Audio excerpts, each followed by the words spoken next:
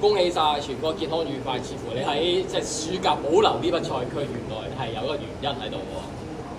都係佢個健康情況都唔錯嘅。咁其實另外一方面就因為個馬主又抽唔到馬，咁變咗係 keep 住喺度啦。因為佢各方面都係正常嘅，係啦。咁就跑得俾佢跑啦，係啦。呢匹馬過往跑新鮮感就特佳啊嘛，佢優後初出第一鋪經常都跑3甲，但係上一場就跑得差好差啦。其實你點樣解讀一個？因為上一場呢度俾隻舉步生風黐住佢咧，變咗你知，因為有馬燒住佢會冇咁好。咁今次呢場佢出咗嚟之後，跟住第二位轉彎就攞咗欄，咁就嗰段都好慢，22個幾，變咗佢係回一回氣可以直路可以頂得住都叫做係啦。9歲老馬今場贏咗之後，其實都加分，都會加翻去100分左右啲水位嘅。其實日後個部署點還是都會即係明咗光明佢嘅打算。